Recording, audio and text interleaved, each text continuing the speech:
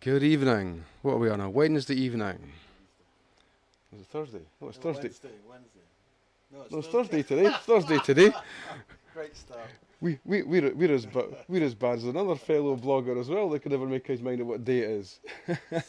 Good old Gordon Ross. How you doing, Gordon? Keep up the fight and all that. Now, what's it Gordon always says? It's keep the faith. Yeah. So yeah, we're coming to you tonight from behind a front drop at the moment, and will soon be a back drop, called Respect Scottish Sovereignty, just as a few people catch up with the fact that we're going live and getting on board. But it might be a good bit, just a little minute, just give a little minute silence for Henry Ferguson, one of the founder members of Respect Scottish Sovereignty, and a man that is responsible for an awful lot of its direction. So yeah, you rest in peace, rest in peace, Henry. Yeah. So just while we're having that little moment of quietness, I will get the link up on another website.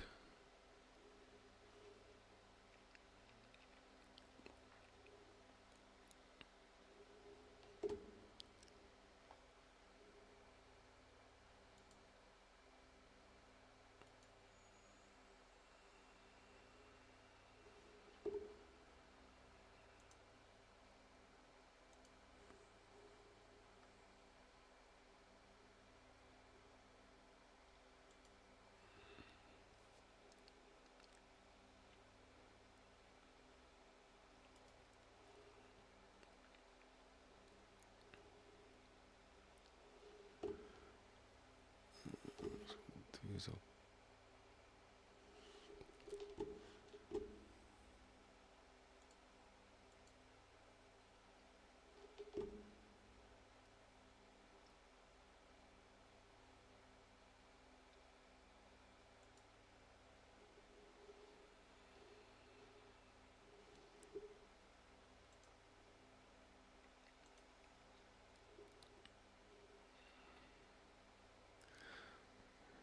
So just as I'm sharing that link, Jim, Mm-hmm. topic number one is a bit of a rogues gallery, would be right and tell, right and Well, suggesting.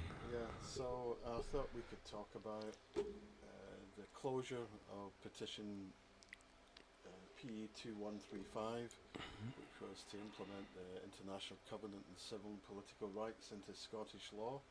It would have enshrined the right to self-determination and the right to direct democracy in Scottish law. And you can see the people who are on that committee. Some people try to make the world a better place, and some people just try to get a better pay packet. And I'll leave Yeah. it to your audience to judge into which category these guys fall. You know, Well, here comes that rogues gallery, Jim. Maybe just make that a little bit bigger. Jackson Carlaw, David Torrance, Fergus Ewing, Maurice Golden, Davy Russell, and Angus Robertson. Angus Robertson isn't on the committee, but he's a Minister for the Constitution who is advising the committee. So this petition, I mean, there'll be a few people on board tonight that will have no idea what that petition was or what it was for, but it was quite a powerful petition, wasn't it? Yeah, we believe so. It was a petition which would have enshrined the right of the Scottish people to initiate referendums. This is an internationally recognised human right. This is a UN treaty. The Scotland Act is clear on this.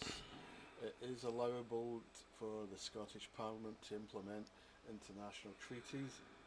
The Scottish Human Rights Commission urged the Scottish Parliament to implement it without delay.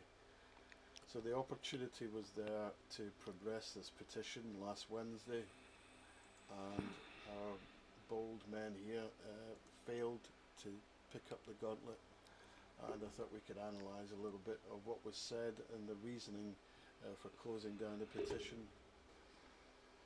So maybe we could skip to link number 2. This is Jackson Carlon introducing the petition.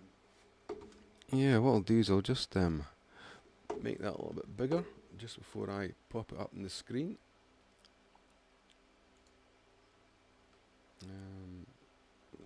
Zoom that up a bit. Go for one more. Yeah, there we go. I'll just fade that across. So here it comes. Here's what was said. So the detail here is what we're looking, isn't it, Jim? Or do you want to just play that? Yeah, I'll play this. So we'll play this little video here. That the Scottish Parliament can only give effect to the provisions of international treaties within its powers and responsibilities. This means that the incorporation of the ICCPR would not extend the Parliament's powers, nor allow the Parliament or the Scottish Government to do anything that would have previously been beyond devolved competence. The Cabinet Secretary also notes that the majority of the rights in the Covenant have already been given domestic legal effect through the Human Rights Act of 1998. The petitioner provided 2 written submissions to the committee. The first of those sets out information that he felt should have been included. Well, I'll just pause that again, Jim, because it's not come up on the screen there, and take it right back to the start. And this time you should actually see it with a bit of audio as well this time. Okay. So when I fade that across, because it's up, that should just go. Committee reiterate. Okay, we'll try again. Not exactly sure why that one's not good. Will the next one have audio? Yeah, well, it should have audio because I've just turned the audio on there. But for some reason it's not coming up on the screen. But what I can do is check the our feed.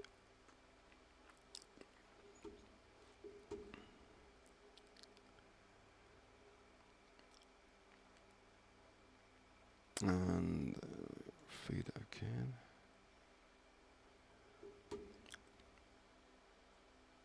So that I can see that I see them live okay. Not sure entirely sure when that's not actually coming up. So that's it off. Turn it back on again.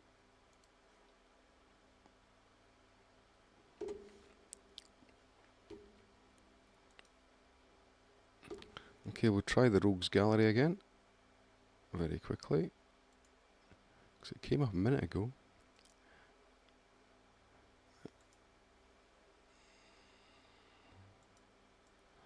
Another thing you can sometimes do is put it all the way back to the bottom and put it back to the top.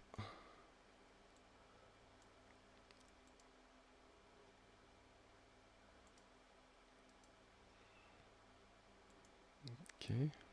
One last thing is we'll delete the capture and we'll put another one up.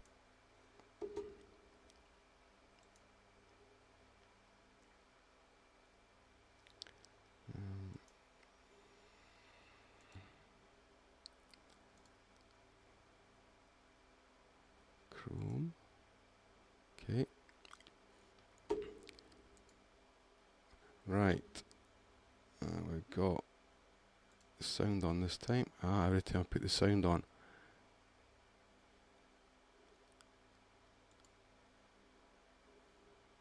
Okay, we'll give it a play. Committee reiterates that the Scottish No Parliament sound. can only give effect. Okay, it doesn't look like we're going to get sound on this, folks, but there is subtitles. So we'll get it with the subtitles. Would not extend the Parliament's powers, nor allow the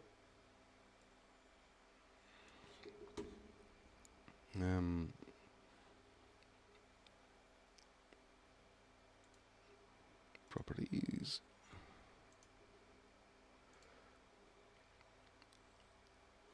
Now, is that completely knocked out the video? Yeah, it kills it completely dead, right? Put it back up again.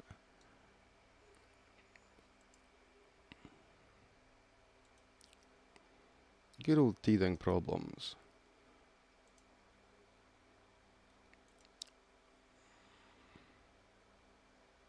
Sometimes, actually, like this, sometimes the sound actually does come through. We're just not aware of it. So, now who was it was speaking here? Was it Jackson? Jackson This is Carlo. Jackson Carlo speaking. And we'll fade that in. Committee reiterates that the Scottish Parliament can only give effect to the provisions of international treaties within its powers and responsibilities. This means that the incorporation of the ICCPR would not extend the Parliament's powers, nor allow the Parliament or the Scottish Government to do anything that would have previously been beyond devolved competence. The Cabinet Secretary also notes that the majority of the rights in the Covenant have already been given domestic legal effect through the Human Rights Act of 1998. The petitioner provided 2 written submissions to the committee. The first of those sets out information that he felt should have been included in the introductory remarks when we last considered the petition. And the second written submission states the petitioner's view that because there was no notion of devolved competence prior to the Scotland Act, any argument that implementation of the Covenant might be beyond devolved competence is meaningless. The evidence states that as the UK ratified the Covenant in 1976 and devolved its implementation through the Scotland Act, the next step is implementation by a majority of MSPs. So, going from there to David Torrance's video. Yeah, we'll just go directly to David Torrance. And then,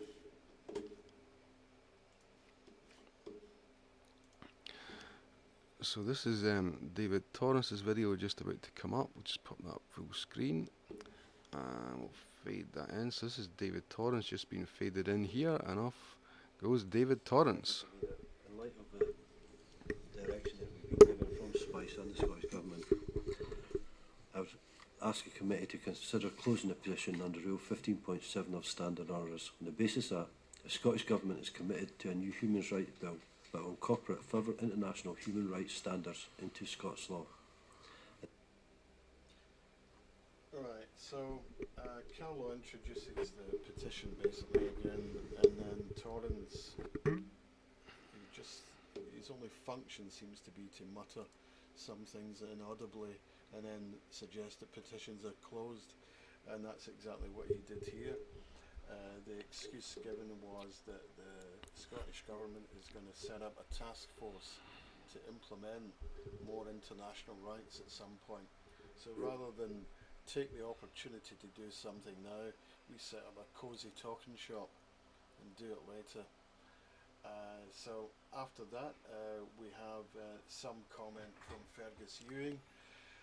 Fergus, it's worth noting, made a very kind tribute to Henry Ferguson, and then he went on to discuss a petition.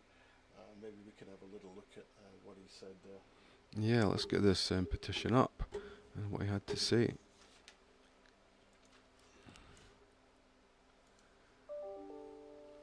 And again, we have a little video for you.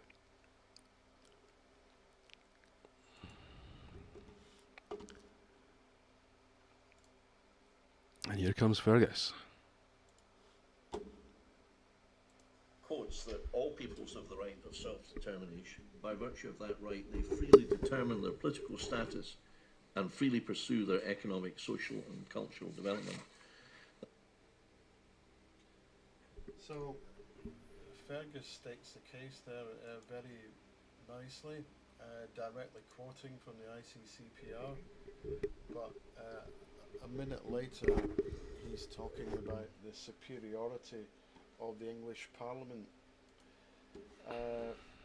In Scottish law and in the Articles of the Treaty of Union, the English Parliament is not sovereign, and it's really disappointing to hear the son of Winnie Ewing not mention that, in this context.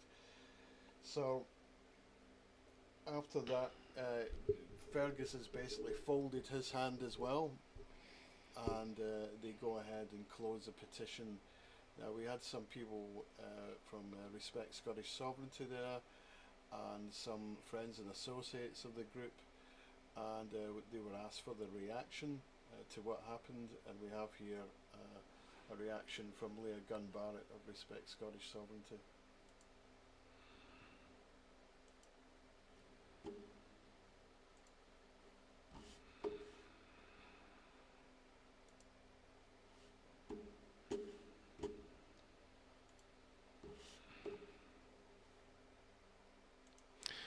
Take it away, Leah Gunn Barrett. Dismissal of today's petition, which has collected over 7,500 signatures, was a disgrace. They have failed to refute our argument that the Scottish Human Rights Commission and the United Nations Human Rights Committee have both recommended full implementation of Scotland's international human rights agreements. This is not reserved, it's clearly stated.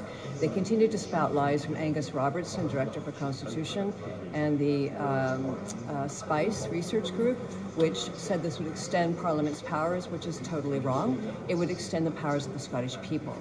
And the best way, it was nice that they had a tribute to Henry Black Ferguson, the originator of the petition and our colleague in Respect Scottish Sovereignty. However, the best tribute they could have paid to him was to progress this petition rather than kill it. Because with killing it, they're killing the means and the mechanisms for the Scottish people to actually realize their self-determination, which is an international human right. And I'll just say that they passed a petition with 55 signatures on whether you can cut off a horse's tail or not. But this one has over 7,500 and they dismissed it, which shows the contempt these people have for the people of Scotland. So I think that's an accurate summary of this. The point of the petition is that it set up a fight worth having.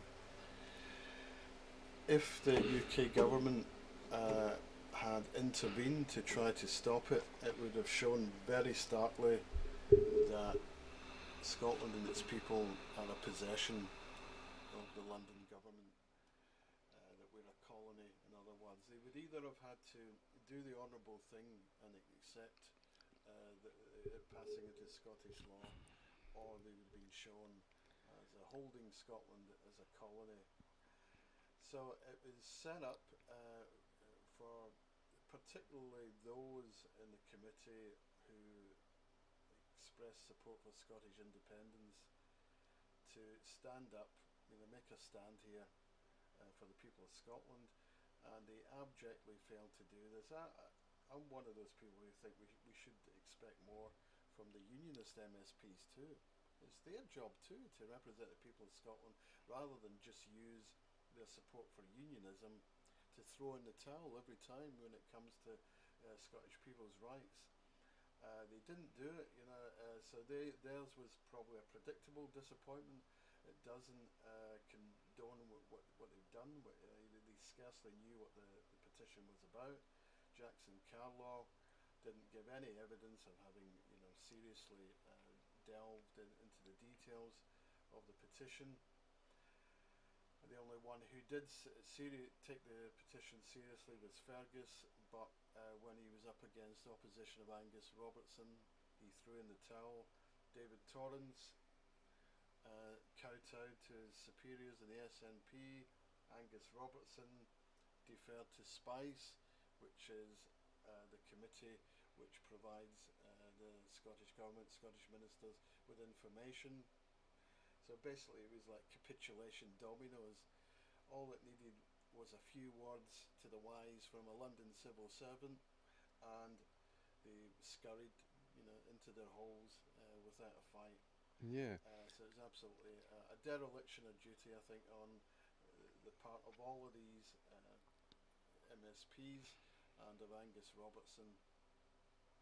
Yeah, I mean, it really just looks to me like the Scottish administration, why it's been called a government because it was an assertion of the flow that Scotland's in at the moment, nothing more, and it's the Parliament has just shown that it is an administration, and it is just the administration of Westminster in Scotland. It's not a Scottish Parliament in any way, shape or form. No, because it's not representing the people of Scotland. It's representing. Westminster's interesting. Yeah, it's actually Scotland. just an executor for the orders of Westminster. So under the Scotland Act, the MPs have been told what to do, and they have bowed their head to the supposedly superior entity in the supposedly equal union. I've got one more. So many contradictions going on there. Yeah, I've got one more link which I think puts things into stark relief. That would be A bit of perspective for. Yeah. Let's have a quick look and see what we've got up here. There we go. So here's a little bit of information that Jim has highlighted in yellow, just coming up. So this is the introduction to Henry's petition, or Respect Scottish Sovereignty's petition, and it refers to Parliament's motion. This is the Scottish Parliament's motion of 2012. Parliament acknowledges the sovereign right of the Scottish people to determine the form of government best suited to their needs, and declares and pledges that in all of its actions and deliberations their interests shall be paramount.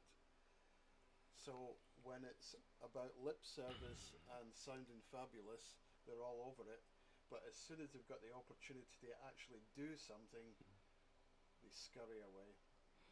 Yeah, you've really got a situation where it says in very, very certain terms, black and white, that the Scottish Parliament, it has the right to implement elements of European and international law, very, very specifically, and this is what every person we've just highlighted has chosen to ignore. They've chosen to ignore the very sovereignty of the people they're trying to represent. The people that put them up there to represent their sovereignty, put them up there to bring governance home to Scotland. That's what they're there to do. That's their primary, that's their raison d'etre, that's their number one priority. But it never seems to be that priority, does it? Not even the sovereignty of the people is their priority. No, Fergus Ewing spoke about the dream shall never die and so on, but then he finished by saying, "But I'm pragmatic." The dream shall always die. It's always going to be a dream. I can think of less complimentary words. So it was deeply disappointing that he, of all people, with that illustrious family name, folded so easily here. He could have at least gone down fighting, and he chose not to. So I thought that was particularly poor. David Torrance, his sole purpose in that committee seems to be to close down petitions without giving any indication that he understands them. He just reads from a piece of paper pretty inaudibly. So he's an absolute disgrace, I think.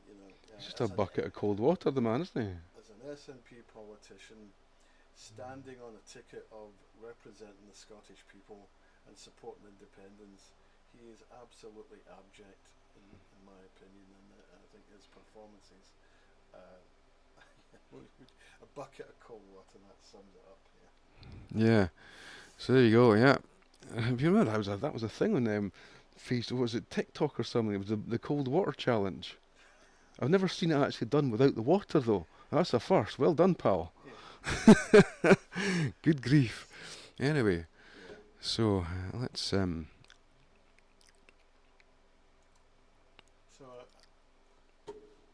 from my point of view, just sort of representing the Respect Scottish Sovereignty, I would say we won't be stopping. We now have a Constitution Committee looking at potential legal routes to independence. We'll be watching what they're doing and what they're not doing, and we'll be submitting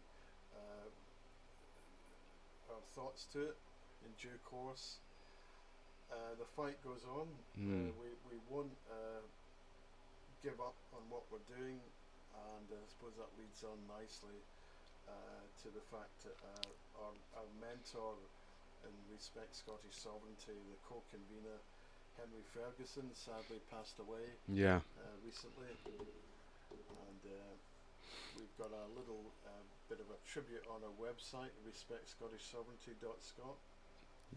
Yeah, good old Henry there, lovely, lovely man. And you've also got Yeah, wicked sense of humour he had, wasn't he? background. And I'm so focused, and so that man could find a needle in a haystack Yeah. before you knew the needle was there.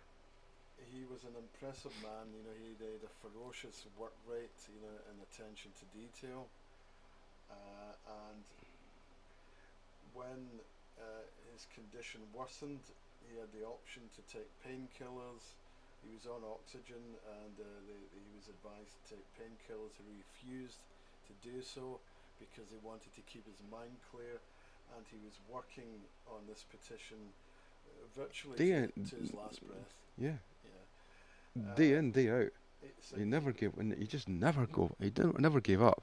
And this is a call to the diaspora, because he is a member of the diaspora. He lived his 50 years or so. yeah. He lived in Switzerland. Switzerland, and of course that's where he became fascinated with the fact that the Swiss, in a way which is almost beyond our imagination at the moment, shape their communities, you know, through referendums and initiatives.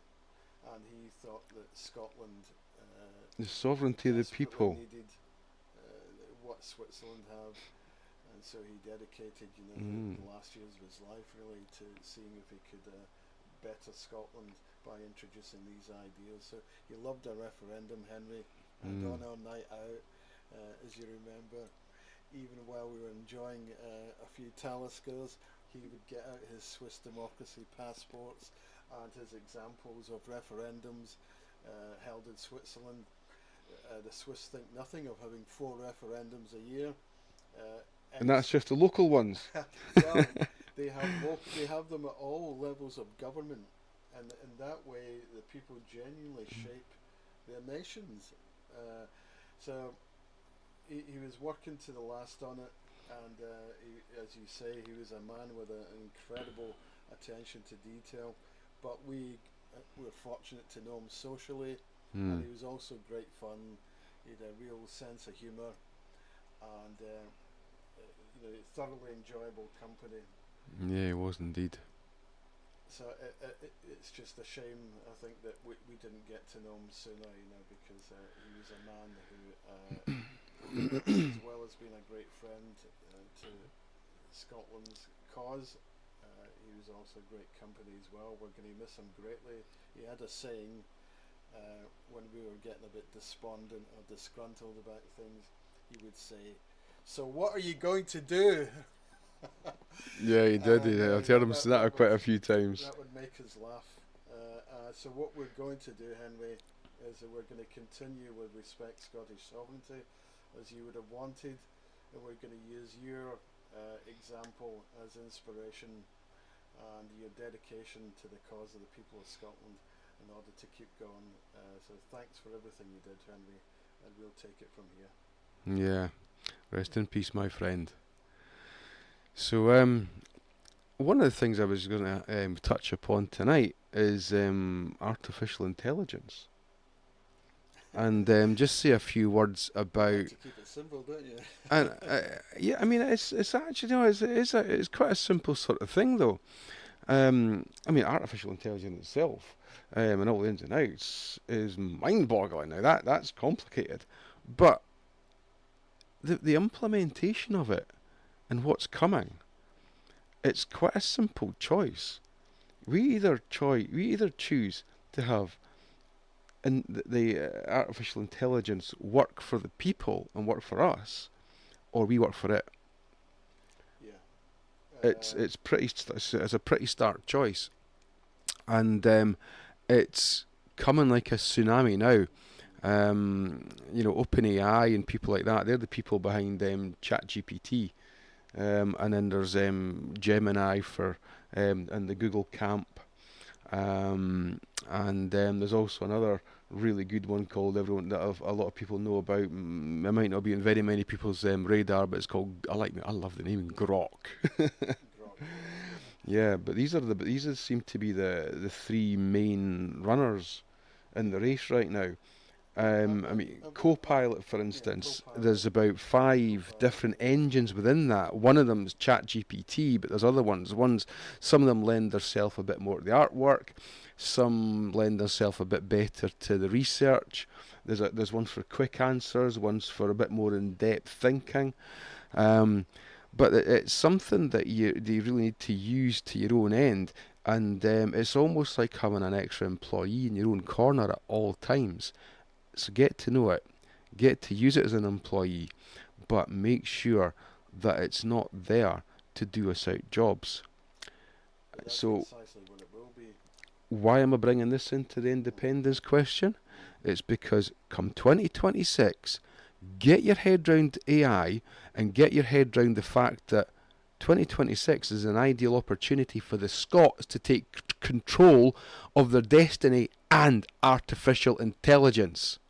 That's how important it is that we make the right choices in 2026 and make sure we are voting for parties that are going to get us out of this union now and in control of artificial intelligence. I wonder if there's an argument for saying that there should be. We so seldom seem to get ahead of things like this, but if the Scottish government have just shown last week, how utterly inept they are, but if they could surprise us for once and set up a committee to look at ways in which we can create jobs with artificial intelligence. We know we're going to lose tons of jobs because of it. It's going to go through the employment market.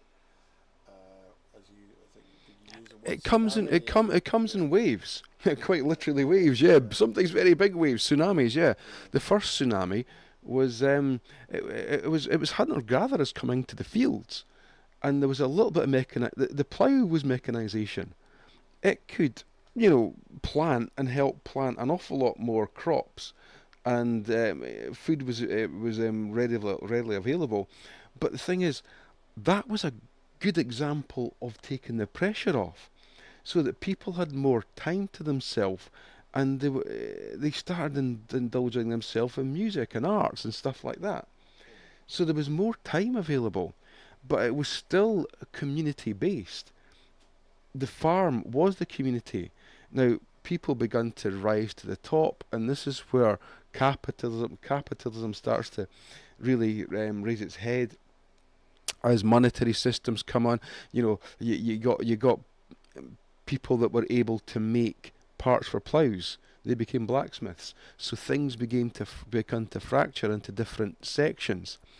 But it was still fairly rural. But the next big tsunami didn't come along mechanisation-wise until we got into the factories. And then people's sovereignty was being trampled on.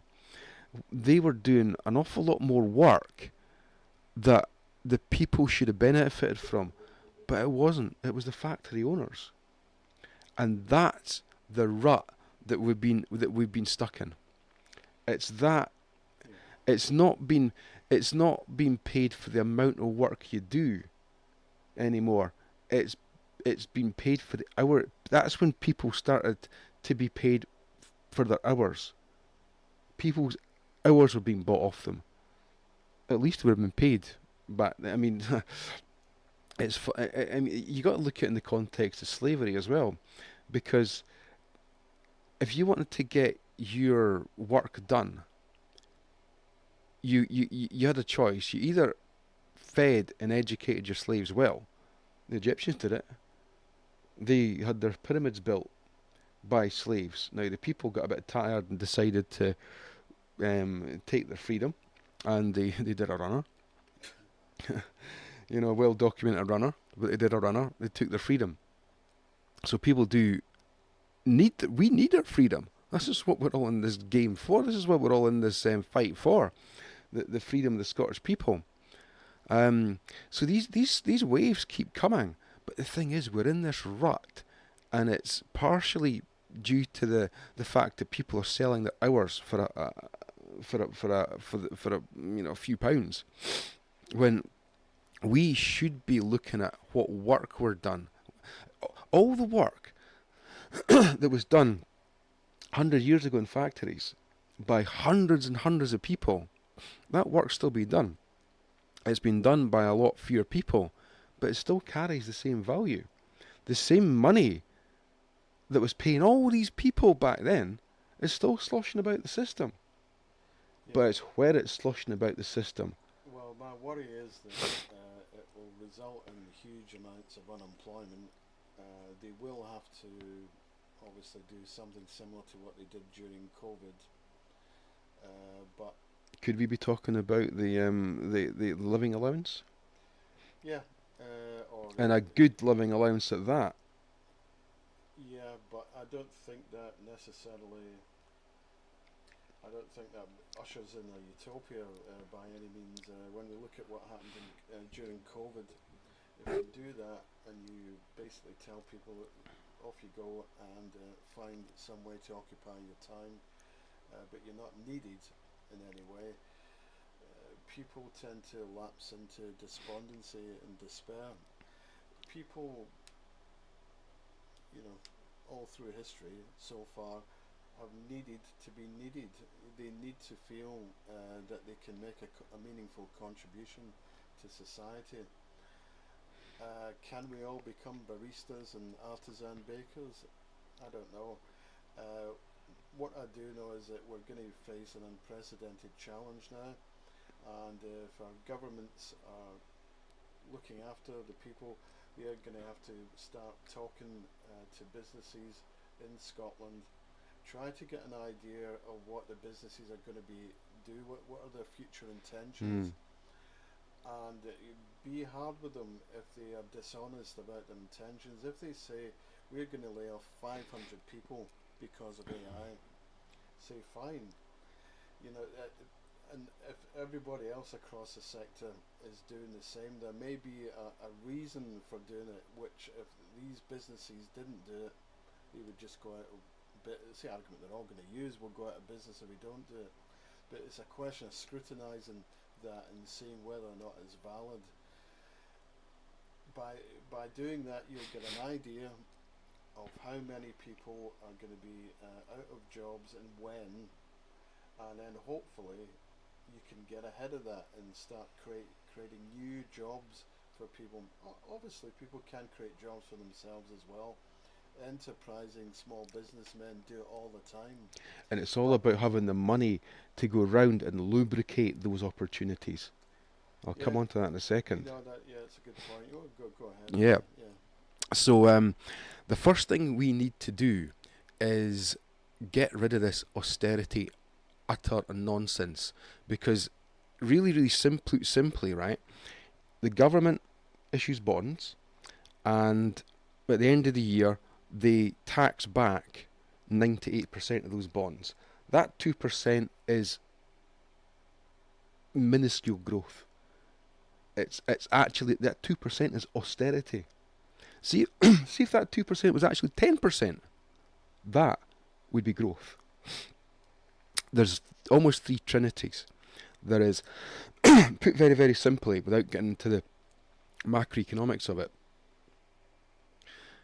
the three trinities are the state, there's a public sector, and then there's you and I, what wealth we have. Do you know that when the government lends, 60% of the new money, because it gets lent through banks, 60% of that new money is mortgages? But think about it. What happens to a mortgage?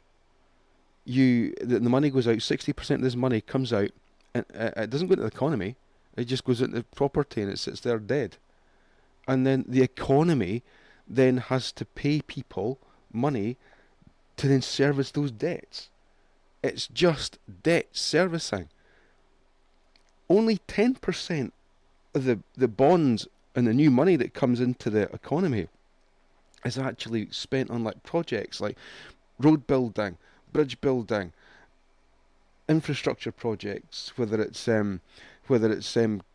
carbon, not so much carbon capture, but more energy storage, with all this huge surplus energy that Scotland has.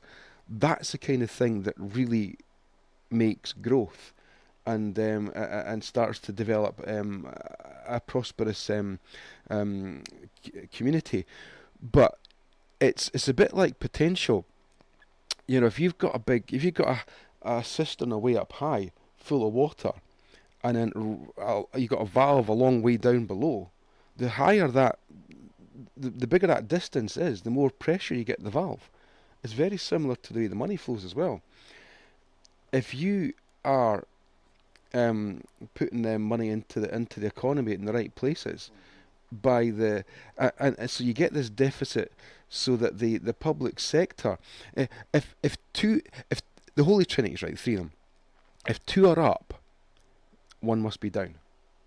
Now, you don't want it to be the private sector that's down, but at the moment, the way they're working it is the public sector, quite rightly, should be down.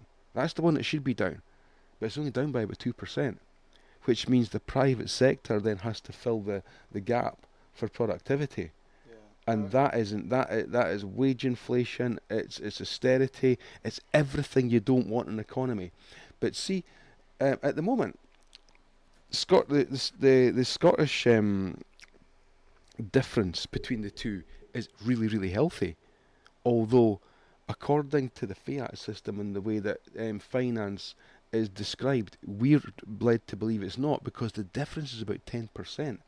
But that's why the Scottish, everyone says, oh, you can't afford the Scottish NHS, you can't afford the police, you can't, every single year it's the same thing. Can't afford this, can't afford that, can't afford the next thing. But when you go to the doctor, you know, it could be better, but it runs. You know, the police service seems to be keeping a handle on crime. Things are working. Now we could be going to Westminster for more money, or we could be going independent, and we could be arranging things ourselves, so that we do have that big head of water, and we do have that money flowing in. And that brings us back to this AI situation, where it's not so much we're getting put out of jobs, it's we're going to have more time on our hands, because we're getting more efficient at doing stuff that humans used to do.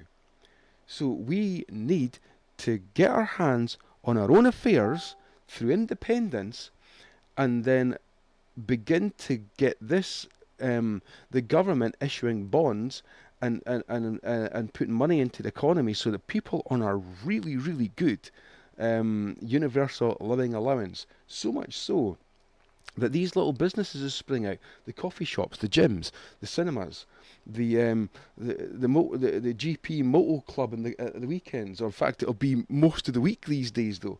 All these different leisure pursuits and activities can be financed through the issuing of the universal living allowance.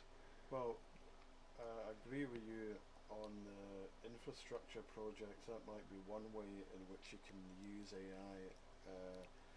You can have a lot more people in the labour market again, and they could be deployed in long needed, infrastructure.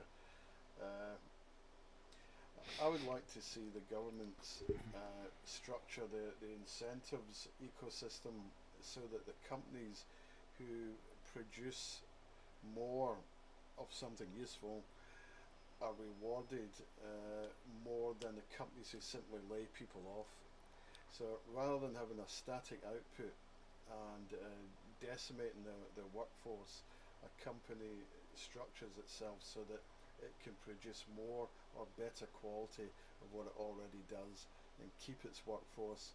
So you could lean towards more quality where layoffs are unavoidable.